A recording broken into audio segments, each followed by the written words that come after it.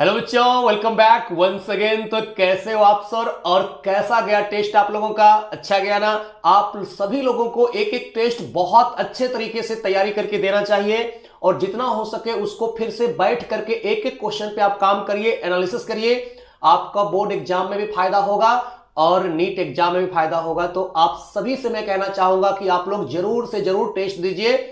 Test देने से ही फायदा होगा, आप लोगों को पता चलेगा कि वीकनेस कहां है, किस पे काम करना है। तो आइए आज हम लोग यहां पे देखने वाले हैं जो कल आप लोगों का टेस्ट हुआ है उसका ऑर्गेनिक केमिस्ट्री का सॉल्यूशन हम लोग देखते हैं। देखिए सबसे पहले ऑर्गेनिक केमिस्ट्री का क्वेश्चन नंबर 58 कह रहा है the established radical among the following as. सबसे ज्यादा स्टेबल रेडिकल कौन सा है? बच्चों साफ साफ दिख रहा है, यहां पे 1 डिग्री है और रेजोनेंस में नहीं है। फ्री रेडिकल सिंगल सिंगल यहां पे रेजोनेंस में नहीं है। यहां देखिए फ्री रेडिकल सिंगल, यहां पे भी सिर्फ हाइपर कंजुगेशन है, रेजोनेंस में नहीं है। यहां भी रेजोनेंस में नहीं है, मात्र ये वाला जो है free radical single double C6H5 का मतलब आप जानते हो ना, फिनाइल होता है। तो C6H5 का मतलब हो गया इसके केस में फिनाइल। और यहां पे देखोगे तो ये जो रेडिकल है वो रेजोनेंस स्टेबलाइज्ड है, साथ ही साथ इस मिथाइल का प्लस आई और हाइपर कंजुगेशन भी लग रहा है। तो सबसे ज्यादा स्टेबल यहां पे जो होने वाला है रेडिकल वो होने वाला है थर्ड वाला। इसमें 3 पाई बॉन्ड के साथ रेजोनेंस है और एक मिथाइल का प्लस आई और अल्फा एच वहां पे 3 है, उसके द्वारा हाइपर कंजुगेशन हो रहा है। इसका आंसर हो जाएगा थर्ड। अब देखते हैं हम लोग नेक्स्ट क्वेश्चन जो है ऑप्टिकल आइसोमेरिज्म और ओजोलाइसिस, दो कॉन्सेप्ट को यहां पे एक साथ पूछा जा रहा है। देखिएगा ध्यान से क्या कह रहा है। कह रहा है the number of optically active product obtained from the ozonolysis of the given compound is. इसका करना है पहले ओजोलाइसिस, ओजोलाइसिस करने के बाद जो बना प्रोडक्ट उसके बारे में पूछा जा रहा है कि कितना ऑप्टिकली एक्टिव होगा। तो देखिए इसका अगर आप यहां पे करते हो ऑक्सीडेटिव क्लीवेज, यहां पे हम लोग कहते हैं एक ओ यहां एक ओ यहां, आपको बताया था ना ओजोलाइसिस करने के लिए एक एक ओ को डाल देना है। यहां भी एक ओ लेफ्ट एक ओ राइट, यहां भी एक लेफ्ट एक राइट, ऐसा कर दिया। अब देखो यहां पे क्या क्या बनता है।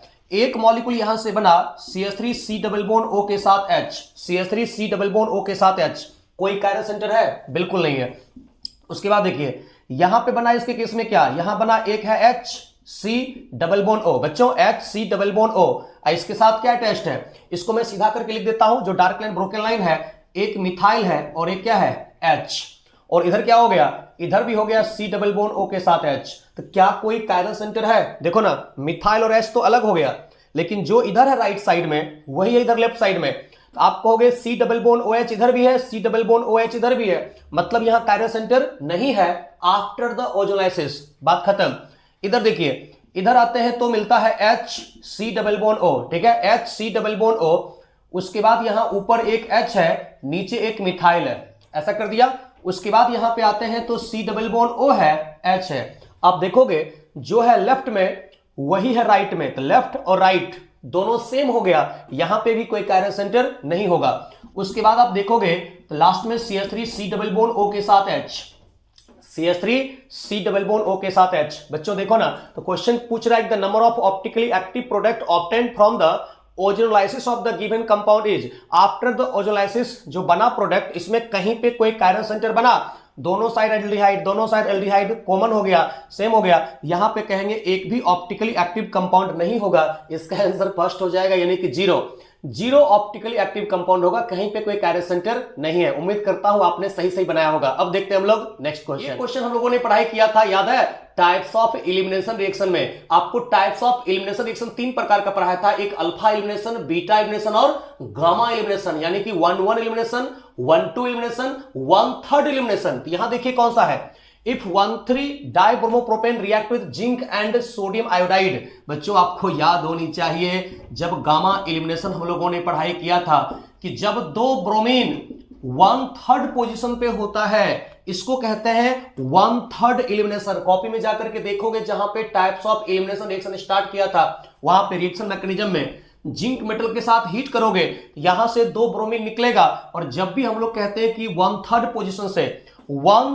पोजीशन से 2 ब्रोमीन निकलता है तो बनता है 3 मेंबर साइक्लिक रिंग, यानी कि साइक्लोप्रोपेन।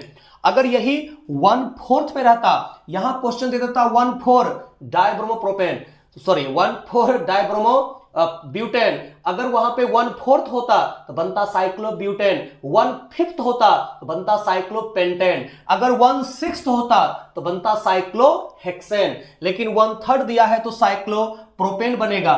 चाहे आप ऐसा भी ले सकते हो, ये भी बताया था, sodium iodide in the presence of SN2, sorry NaI यानी sodium iodide in the presence of acetone. तो यहां पे भी आप लोगों को सिखाया था, एक निकलेगा Br- और एक निकलेगा Br+, इस तरीके से आप लोगों को दिखाया था।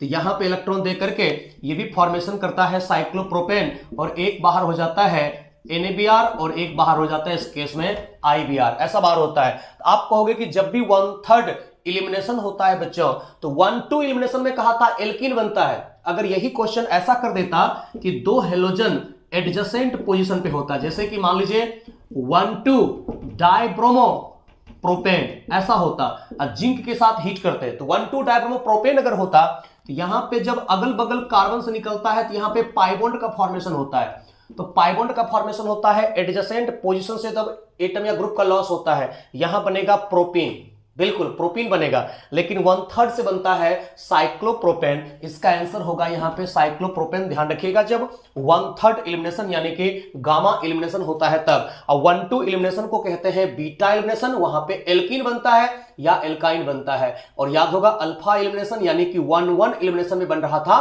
कार्बीन। अब देखते हैं हम लोग नेक्स्ट क्वेश्चन, तो बहुत आसान है, आप सभी ने बनाया होगा। देखो इसमें से आपको कहा जा रहा है कि alkyl halide undergoing substitution nucleophilic bimolecular reaction. अरे बच्चों याद है बायमॉलिक्यूलर न्यूक्लियोफिलिक सब्स्टिट्यूशन, उसी को थोड़ा घुमा के लिखा है सब्स्टिट्यूशन न्यूक्लियोफिलिक बायमॉलिक्यूलर रिएक्शन।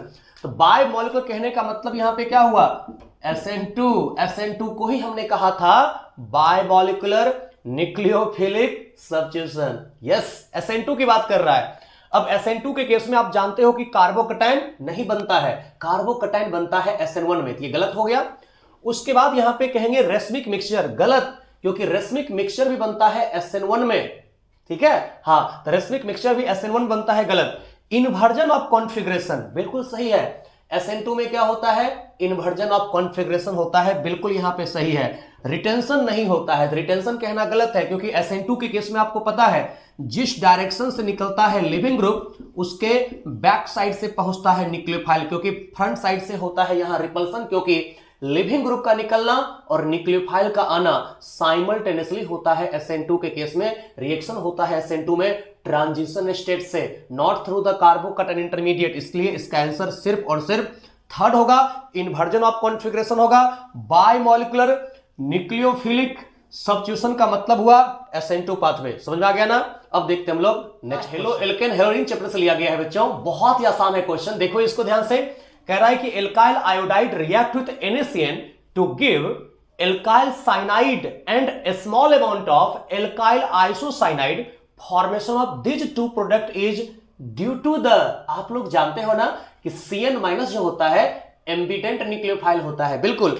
यहां पे जब आप NaCN के साथ रिएक्शन करवा रहे हो, NaCN के साथ, तो ये तो पता है कि मेजर अमाउंट में जो बनता है इसके केस में वो साइनाइड बनता है, कार्बन से लिंकेज होता है, ये बनता है मेजर यही बनता है। लेकिन कुछ अमाउंट में यहां पे आइसोसाइनाइड भी बन सकता है। इसका रीजन हम लोग कहते हैं यहां पे नाइट्रोजन पे लोन पेयर है, कार्बन पे नेगेटिव चार्ज है, दोनों न्यूक्लियोफाइल का काम कर सकता है। तो हो सकता है यहां पे बच्चों कि कार्बन से भी बॉन्ड बन जाए और नाइट्रोजन से भी बॉन्ड बन जाए। तो जब नाइट्रोजन से बॉन्ड बनता है उसको कहते हैं आइसोसाइनाइड, और जब कार्बन से बॉन्ड बनता है तो उसको कहते हैं हम लोग साइनाइड। इसको हम लोग कहते हैं एम्बिडेंट न्यूक्लियोफाइल, जो दो अलग अलग एटम से बॉन्ड बना सकता हो एक ही वहां पे ग्रुप। तो आपको यहां पे क्या करना है, इसमें कहना है कि एम्बिडेंट न्यूक्लियोफाइल होने के कारण ऐसा होता है। एम्बिडेंट कैरेक्टर ऑफ CN- का मतलब हुआ कार्बन और नाइट्रोजन दोनों यहां पे न्यूक्लियोफाइल का काम करता है, जिसके कारण अगर NaCN और KCN है तो मेजर बनता है साइनाइड, माइनर बनता है आइसोसाइनाइड। अगर AgCN है सिल्वर साइनाइड तो वहां पे मेजर बनता है आइसोसाइनाइड, ध्यान रखिएगा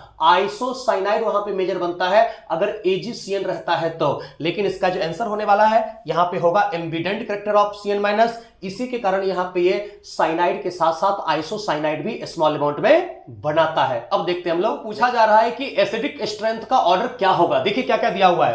फर्स्ट मैंने नीचे लिखा है फर्स्ट में दिया हुआ है साइक्लोहेक्सेनॉल, सेकंड में दिया हुआ है एसिटिक एसिड, थर्ड में दिया हुआ है पिक्रिक एसिड और फोर्थ में दिया हुआ है फिनॉल। बच्चों आपको पता है यहां सबसे ज्यादा एसिडिक जो होने वाला है वो होगा थर्ड, यानी कि 2,4,6 ट्राइनाइट्रोफिनॉल यानी कि पिक्रिक एसिड, क्योंकि यहां पे 3,3 NO2 का लग रहा है -M इफेक्ट, यानी कि इसका जो कंजुगेट बेस बनता है H+ को निकालने के बाद O- वो हाईली स्टेबल होता है। तो सबसे ज्यादा यहां पे एसिडिक होगा 3 यानी कि पिक्रिक एसिड, उसके बाद हो जाता है इसके केस में सेकंड यानी कि एसिटिक एसिड। एसिटिक एसिड ये हो जाता है क्योंकि वो कार्बोक्सिलिक एसिड है, उसका कंजुगेट बेस जो होगा वो भी ज्यादा स्टेबल होगा कंपेयर टू फिनॉल और साइक्लोहेक्सेनॉल। उसके बाद यहां पे हो जाएगा 4 यानी कि फिनॉल। क्यों? क्योंकि फिनॉल का जो बनेगा O- H+ को निकलने के बाद जो O- कंजुगेट बेस बनेगा वो रेजोनेंस स्टेबलाइज्ड होगा और सबसे कम एसिडिक होगा यहां पे फर्स्ट यानी कि साइक्लोहेक्सेनॉल, क्योंकि साइक्लोहेक्सेनॉल में आप देखोगे यहां पे जो O- बनेगा उसके ऊपर इसका सिर्फ +I लगेगा, यहां रेजोनेंस स्टेबलाइज नहीं होगा। बच्चों पिक्रिक एसिड सबसे ज्यादा एसिडिक होगा, कार्बोक्सिलिक एसिड से भी ज्यादा एसिडिक होगा, क्योंकि यहां पे 3,3 NO2 का -M इतना ज्यादा लगता है कि इसका कंजुगेट बेस कार्बोक्सिलिक एसिड के कंजुगेट बेस से भी ज्यादा स्टेबल होता है। इसलिए picric acid, carboxylic acid, phenol और साइक्लोहेक्सेनॉल बहुत इंपॉर्टेंट है नीट एग्जाम के लिए, इसको आप अच्छे तरीके से रखिएगा। प्रीवियस ईयर वाले क्वेश्चन बैंक में भी आपको मिलेगा, पहले ये क्वेश्चन पूछा जा चुका है लेकिन फिर भी पूछा जा सकता है दूसरे तरीके से, इसलिए अच्छे से पढ़िएगा। अब देखते हैं हम लोग नेक्स्ट क्वेश्चन का मैकेनिज्म। इलेक्ट्रोफिलिक एडिशन रिएक्शन होने वाला है। देखो बच्चों क्या कह रहा है, ये आपको दिया हुआ है ऐसा और इसका HBr के साथ रिएक्शन है, तो देखो इसमें से कुछ इस तरीके से रिएक्शन होगा। इलेक्ट्रोफिलिक एडिशन रिएक्शन आप लोगों को करना होगा, जहां पे कार्बोकटायन इंटरमीडिएट बच्चों मोर स्टेबल होगा वही देगा मेजर प्रोडक्ट। यहां पे पीछे एक OH भी है, तो सबसे पहले घबराना नहीं है, इसको ब्रेक कर देना है H+ और Br-। यहां पे जो ये एल्कीन है ना, अरे बाबू बेंजीन तो एरोमेटिक है ना, बेंजीन एरोमेटिक है तो ये तो पाई बॉन्ड टूटेगा नहीं। यहां पे ये वाला पाई बॉन्ड जो है वो बाहर है, वो एरोमेटिसिटी में है नहीं, वही H+ को पिक करेगा। जब H+ को पिक करेगा तो दोनों कार्बन में से कहीं एक कार्बन पे H+ जाएगा और जिस कार्बन पे H+ जाएगा उसके बगल वाले कार्बन पे बनेगा कार्बोकटायन इंटरमीडिएट। अगर सोचो H+ यहां जाता है तो कार्बोकटायन बनेगा यहां, और यहां अगर बनता है कार्बोकटायन तो वो रेजोनेंस स्टेबलाइज्ड होगा, और अगर यहां बनता है कार्बोकटायन तो वो रेजोनेंस स्टेबलाइज्ड नहीं होगा। तो आप इसके केस में कहोगे कुछ ऐसा बनने वाला है कि CH3 and CH2 and CH+, और इसके केस में यहां पे कुछ ऐसा बनेगा जिसमें ये डबल बॉन्ड तो है ही, यहां पे OH है ही, यही कार्बोकटायन क्या होगा, मोर स्टेबल। और कुछ ऑप्शन आप देखोगे 3rd and 4 में इस OH को हटा दिया है, OH को हटा दिया है, जो OH एक्चुअल में नहीं हटेगा। क्यों? क्योंकि यहां पे जो OH का लोन पेयर है वो रेजोनेंस स्टेबलाइज्ड है। देखो ना, lone pair single double conjugation में है, पार्शियल डबल बॉन्ड होगा, और जब यहां पार्शियल डबल बॉन्ड है तो क्या ये बॉन्ड टूटेगा? नहीं टूटेगा, ये स्ट्रॉन्गर होगा रेजोनेंस के कारण। ये OH अपनी जगह पर रहेगा। कभी भी देख लीजिएगा फिनॉल है तो फिनॉल का OH के साथ फिनॉल का HBr-HCl-HI के साथ रिएक्शन नहीं होगा, रेजोनेंस होने के कारण पार्शियल डबल बॉन्ड होगा, ये बॉन्ड नहीं टूटेगा। जो बना मोर स्टेबल कार्बोकटायन उसी के ऊपर न्यूक्लियोफाइल Br- का अटैक हो जाएगा इस मोर स्टेबल कार्बोकटायन इंटरमीडिएट के ऊपर, और यही फॉर्मेशन करेगा मेजर प्रोडक्ट। कुछ इस तरीके का OH अपनी जगह पर रहेगा, वही हो जाएगा मेजर प्रोडक्ट। देख लीजिए ऐसा कौन सा है, ये तो बिल्कुल नहीं होगा, यहां पे कर दिया है। यहां पे अगर हम कार्बोकटायन बनाते वो कार्बोकटायन रेजोनेंस में नहीं जाता, इसलिए वो होता माइनर। तो यहां पे यही ये वाला हो गया माइनर। मेजर यहां पे होगा सेकंड, वही हो गया। देखो ना CH3 CH2 CH के ऊपर Br है, CHBr, और ये बाद बाकी यहां पे OH को तो रिप्लेस कर नहीं सकता HBr, इसका आंसर सिर्फ और सिर्फ सेकंड होगा। इस तरीके से कार्बोकटायन बना करके देखना पड़ेगा कहां पे कार्बोकटायन मोर स्टेबल होगा, वही देगा major product. Electrophilic addition reaction हम लोगों को देखना है। ओके, समझ में आ गया ना।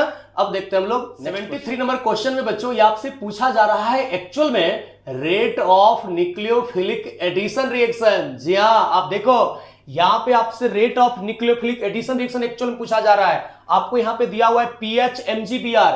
इस PH-MgBr को हम लोग क्या कहते हैं?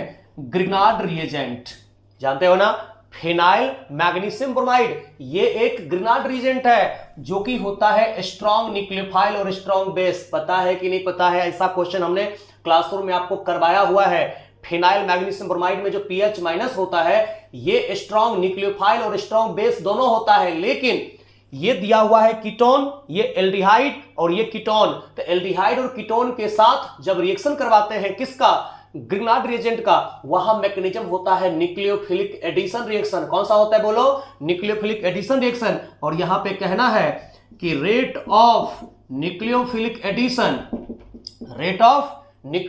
एडिशन जो होता है वो इनवर्सली प्रोपोर्शनल होता है स्टेरिक हिंड्रेंस, स्टेरिक क्राउडिंग। यानी कि बच्चों आपको पता है aldehyde is more reactive than ketone. ये एल्डिहाइड है, इसमें कम से कम एक साइड हाइड्रोजन है, रिपल्सन कम होगा, तो सबसे ज्यादा रिएक्टिव होगा 2। बिल्कुल सबसे ज्यादा रिएक्टिव होगा 2। और यहां देखिए ये थर्ड और फर्स्ट दोनों कीटोन है, तो दोनों जब कीटोन है तो यहां C डबल बॉन्ड O के दोनों साइड एक कार्बन का एल्काइल है, मिथाइल है, और यहां पे फिनाइल है। फिनाइल का साइज बिगर होगा, एक फिनाइल में 6 कार्बन होता है, तो ज्यादा क्राउडिंग होता है। यहां पे फर्स्ट में दोनों साइड फिनाइल है, आप कहोगे सबसे ज्यादा रिएक्टिव होगा 2, उसके बाद होगा 3, उसके बाद होगा यहां पे 1, सबसे कम रिएक्टिव 1 होगा।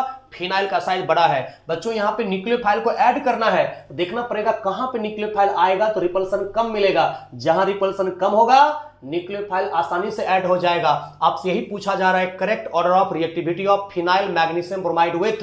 तो जहां कहीं भी अगर कोई भी आपको phenyl magnesium bromide, alkyl magnesium bromide कोई भी दिया हुआ रहेगा ग्रिनार्ड रिएजेंट, उसका रिएक्शन एल्डिहाइड कीटोन के साथ होगा न्यूक्लियोफिलिक एडिशन रिएक्शन। और rate of nucleophilic addition reaction inversely proportional steric hindrance. जहां पे सबसे कम रिपल्सन है वहां पे सबसे ज्यादा रिएक्टिविटी होगा, और जहां सबसे ज्यादा रिपल्सन है वहां पे सबसे कम होगा रिएक्टिविटी। बात आप लोगों को क्लियर हो गया ना एकदम अच्छे तरीके से? Very good.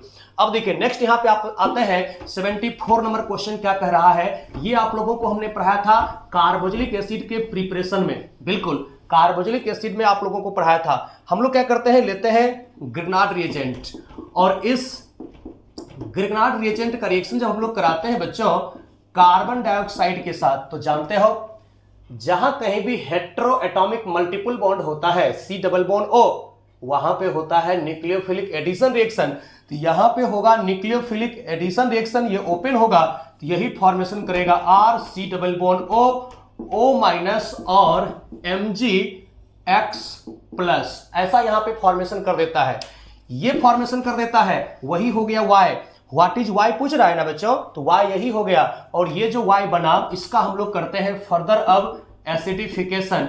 जैसे इसका हम लोग अब करते हैं एसिडिफिकेशन, तो यही फॉर्मेशन करता है RC डबल बॉन्ड O के साथ OH, यानी कि कार्बोक्सिलिक एसिड का फॉर्मेशन करता है। यानी कि आप देख लो ना कहां पे RCOO माइनस Mg+X है, यानी कि आंसर हो जाएगा इसका सिर्फ और सिर्फ 4। तो 74 का आंसर हो जाएगा 4, क्योंकि यहां पे न्यूक्लियोफिलिक एडिशन रिएक्शन करा करके बना सकते हो। आपको यहां पे एनसीईआरटी में क्वेश्चन दिया हुआ है, और ये क्वेश्चन कब आया है मालूम है? नीट 2022 में। नीट में ये 2022 में क्वेश्चन पूछा गया है, इसलिए बोलता हूं ना प्रीवियस ईयर का क्वेश्चन बैंक बनाओ, खूब फायदा होने वाला है। ठीक है, अब देखते हैं हम लोग नेक्स्ट क्वेश्चन। थर्ड का रिएक्शन HI के साथ दिया हुआ है, आप लोगों ने खूब इसको प्रैक्टिस किया था। ये डायरेक्ट एनसीईआरटी के इन टेक्स्ट क्वेश्चन को उठाया है, आप देख सकते हो। यहां से आपको पूछा जा रहा है रिएक्शन, ये आपको दिया हुआ है, और which of the following compound will be formed. आपको बताया था बच्चों जहां O है उस O के दोनों साइड आप देखोगे ये कैसा कार्बन है, प्राइमरी कार्बन है। तो बताया था ना आप लोगों को अगर बीच में ऑक्सीजन हो और उस ऑक्सीजन के दोनों side directly attached primary carbon हो, तो वहां पे पाथवे होता है कौन सा? SN2 पाथवे होता है। और जब SN2 पाथवे होता है तो हमने क्या कहा था? हमने कहा था कि जब दोनों साइड प्राइमरी या सेकेंडरी एल्काइल होता है, तो प्राइमरी या सेकेंडरी एल्काइल होता है तो पाथवे होता है SN2। और ऐसे कंडीशन में न्यूक्लियोफाइल I- कहां अटैक करता है?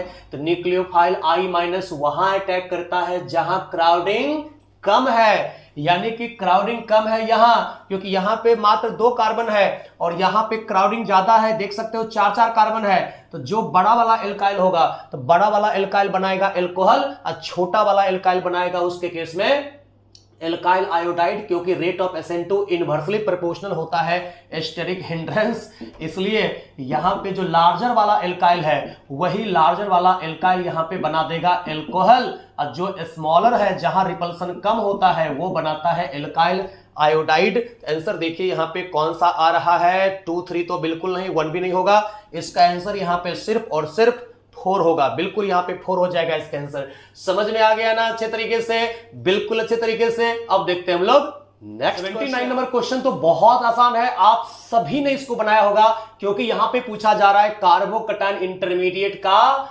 स्टेबिलिटी। देखो बच्चों क्या पूछा जा रहा है, which of the flowing carbonium ion is most stable. बच्चों आप देखो सेकंड वाले में जो है रेजोनेंस नहीं है, सिर्फ और सिर्फ यहां पे 6 अल्फा H के द्वारा हाइपर कंजुगेशन है और 2 मिथाइल के द्वारा प्लस आई है। यहां पे भी सिर्फ प्लस आई और हाइपर कंजुगेशन है। यहां पे रेजोनेंस है लेकिन 1 पाई बॉन्ड के साथ सिर्फ रेजोनेंस है, और यहां पे देख रहे हो 3 फिनाइल है, तो एक फिनाइल में होता है 3 पाई बॉन्ड, तो 3 फिनाइल में हो गया इसके केस में टोटल 9 पाई बॉन्ड हुआ। ये एक्चुअल में आपको समझ में आ रहा है स्ट्रक्चर, 9 पाई बॉन्ड के साथ रेजोनेंस स्टेबलाइज्ड होगा, 3 यहां पे फिनाइल अटैच्ड है, आंसर हो जाएगा इसके फर्स्ट, 9 पाई बॉन्ड के साथ ये रेजोनेंस स्टेबलाइज्ड है। उसके बाद देखिए 88 नंबर क्वेश्चन में आपको क्या दिया हुआ है, वो पूरा लैंग्वेज में है, मैंने स्ट्रक्चर बना करके आपको बता रहा हूं।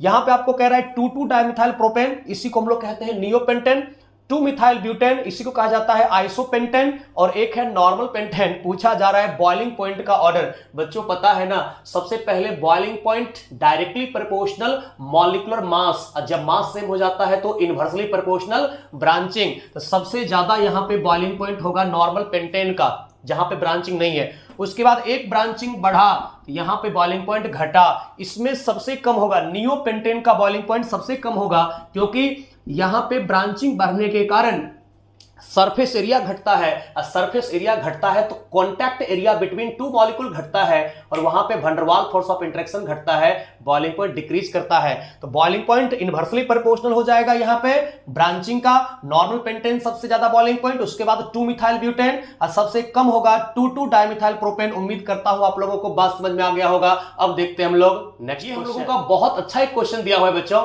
इसमें से आपको क्या पूछा जा रहा है कि ethyl alcohol can not be used as a solvent for methyl magnesium iodide because. बच्चों आप जानते हो ये जो मिथाइल मैग्नीशियम आयोडाइड है इसको हम लोग कहते हैं ग्रिग्नार्ड रिएजेंट। क्या कहते हैं? Grignard reagent. और ये जो ग्रिग्नार्ड रिएजेंट होता है ये स्ट्रॉन्गेस्ट बेस और स्ट्रॉन्ग न्यूक्लियोफाइल दोनों होता है। तो जब आप डालोगे यहां पे इथाइल अल्कोहल, तो इथाइल अल्कोहल क्या होता है? एसिडिक होता है, स्लाइटली एसिडिक होता है, बहुत ही स्ट्रॉन्ग एसिड तो नहीं होता है लेकिन स्लाइटली एसिडिक होता है।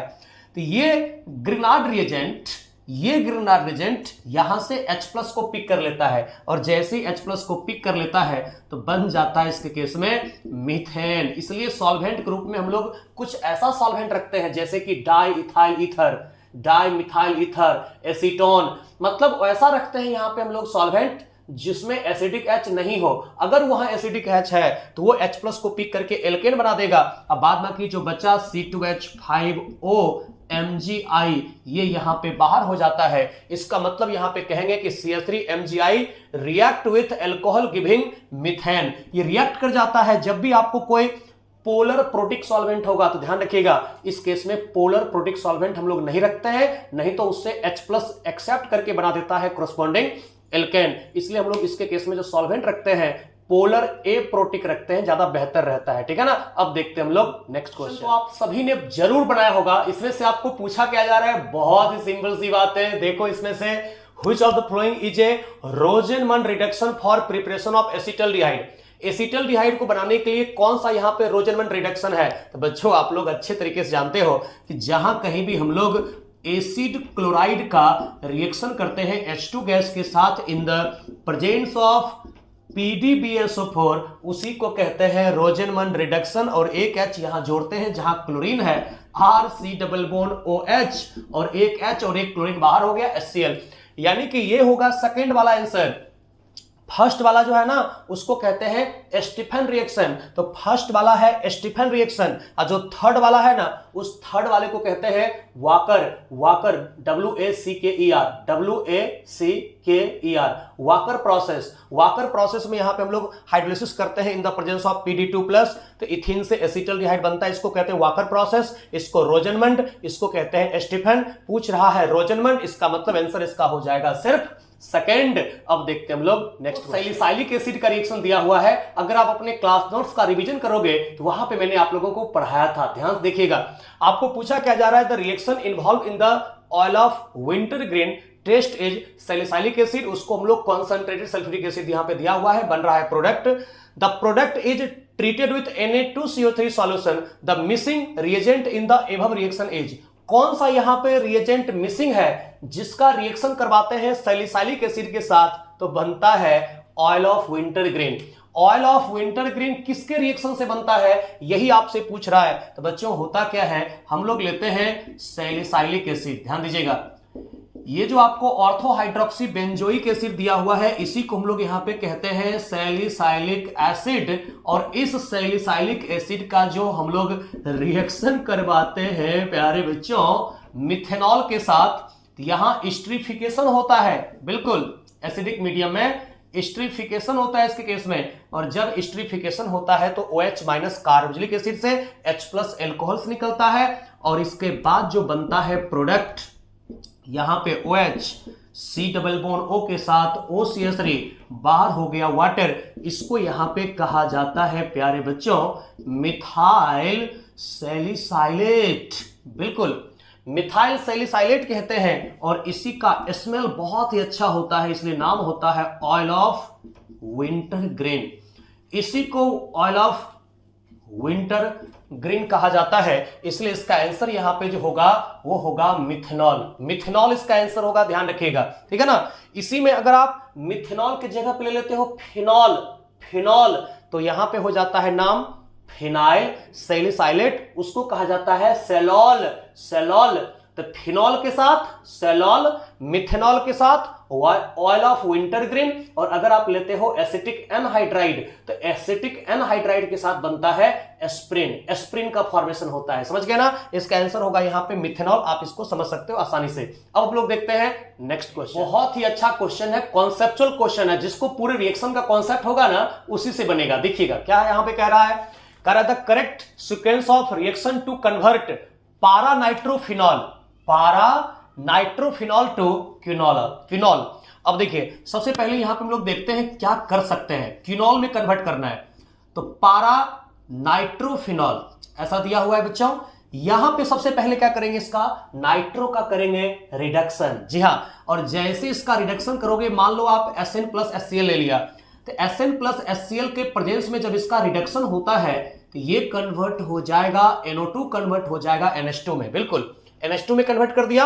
अब इसके बाद क्या होगा, डाइजोटाइजेशन होगा, यानी कि NaNO2+HCl 0 to 5 डिग्री सेल्सियस, तो जो OH है वो तो अपनी जगह पे रहा, और जो NH2 है वही कन्वर्ट हो जाएगा N2+ और Cl-, तो हो गया दूसरे स्टेप में डाइजोटाइजेशन। और तीसरे स्टेप में इसका क्या करना है, हाइड्रोलिसिस। तो आपको पता है कि जब इसका 283 केल्विन पे हाइड्रोलिसिस करते हैं तो ऊपर जो OH है वो तो है ही, नीचे अब जो यहाँ पे N2+ है उसका रिप्लेसमेंट हो जाएगा, OH आ जाएगा, इसी को यहाँ पे कहा जाता है बच्चों क्विनॉल।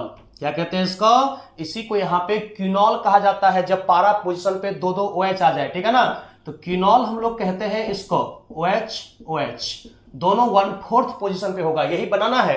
तो नाइट्रो का पहले रिडक्शन करके NH2 में कन्वर्ट करिए, NH2 को कन्वर्ट करिए N2+ में, यानी कि डाइजोटाइजेशन करिए, अब फिर उसका कर दीजिए हाइड्रोलिसिस। इसका आंसर सिर्फ और सिर्फ यहाँ पे फर्स्ट होगा, रिडक्शन, डाइजोटाइजेशन एंड हाइड्रोलिसिस, तब जाकर के हम लोग बना सकते हैं यहाँ पे क्विनॉल। उम्मीद करता हूं आपको समझ में आ गया होगा और आपने सही सही जरूर बनाया होगा। देख रहे हो कितना इंपॉर्टेंट है टेस्ट देना और एक एक क्वेश्चन का एनालिसिस करना कितना जरूरी है, समझ रहे हो ना बच्चों। आप हर एक सब्जेक्ट में इसी प्रकार से एनालिसिस किया करो, आपका जो है ना ज्ञान का लेवल इतना बढ़ जाएगा, आप एक एक क्वेश्चन को फोड़ के रख दोगे बहुत आराम से और आप बहुत अच्छे मार्क्स से क्वालिफाई करोगे नीट को, ठीक है ना। बस इसी तरीके से आप मेहनत करो हर एक सब्जेक्ट में, हर एक क्वेश्चन पे सोचा करो, चिंतन किया करो, तब होता है। ऐसे एकाएक कहीं से नहीं सडनली आ जाता है सक्सेस, ठीक है ना। उसके लिए लगना पड़ता है, मेहनत करना पड़ता है, दिन दिन डेली मेहनत करना पड़ता है, तब जाकर के एक दिन जो है ना वो सक्सेस हम लोगों के हाथ लगता है, ठीक है। आगे हम लोग देखते हैं नेक्स्ट क्वेश्चन। बच्चों, आप लोगों को जब रिवीजन करवा रहा था केमिस्ट्री इन एवरीडे लाइफ का और पॉलीमर्स का, तो वहां पे ये दोनों क्वेश्चन हमने आप लोगों को कराया था बहुत अच्छे तरीके से। देखिए, आपको सबसे पहले 97 नंबर क्वेश्चन में कह रहा है कि व्हाट इज मेपरवामेट। तो आप लोग जानते हो ना, मेपरवामेट हो गया, इक्विनिल हो गया, चाहे क्लोरा एजिपोक्साइड हो गया, ये सब के सब क्या है, ट्रैंक्विलाइजर्स है। ट्रैंक्विलाइजर्स होता है यानी कि जो भी समस्या हो जाता है ब्रेन से संबंधित, दिमाग से संबंधित कोई भी समस्या हुआ है उससे रिलीफ के लिए, अगर वहां पे थोड़ा बोरा किसी को इंसान को टेंशन वगैरह हो गया है तो उसके लिए वहां पे दिया जाता है, इसके केस में मेपरवामेट वगैरह, ठीक है ना। तो ट्रैंक्विलाइजर्स होता है। उसके बाद which of the following is thermoplastic polymers. देखिए, जिनके पास अगर पुराना वाला एनसीईआरटी होगा तो पुराना वाला एनसीईआरटी में ये दिया हुआ है तीनों का तीनों, पॉलीस्टाइरीन, पॉलीथीन, पॉलीविनाइल्स, ये सब होता है थर्मोप्लास्टिक होता है। जिनके पास न्यू वाला एनसीईआरटी होगा, नए वाले एनसीईआरटी में सिर्फ और सिर्फ पॉलीथीन के बारे में लिखा है, पॉलीथीन के बारे में। नए वाले एनसीईआरटी में हटा दिया है पॉलीविनाइल्स को और पॉलीस्टाइरीन को, लेकिन आप ध्यान रखेंगे पॉलीस्टाइरीन, पॉलीथीन, पॉलीविनाइल्स क्लोराइड जो होता है पीवीसी, पीवीसी जिसको कहते हो, ये सब होता है थर्मोप्लास्टिक पॉलीमर्स होता है। इसका आंसर यहां पे हो जाएगा ऑल, बिल्कुल। जिनके पास पुराना वाला एनसीईआरटी होगा वो आप देखोगे आपको मिल जाएगा, लेकिन जिनके पास नया वाला एनसीईआरटी है उसमें सिर्फ और सिर्फ पॉलीथीन के बारे में दिया हुआ है, ठीक है ना।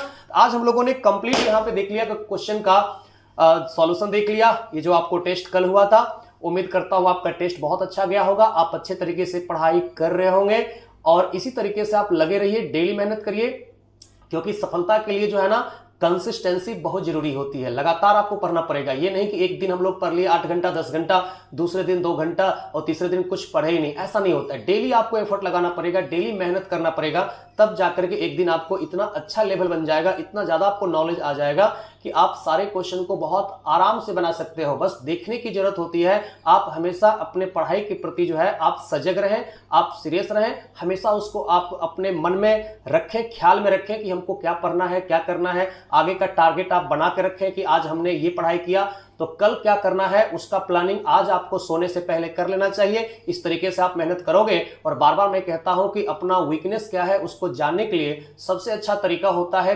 प्रीवियस ईयर के क्वेश्चन को सॉल्व करना।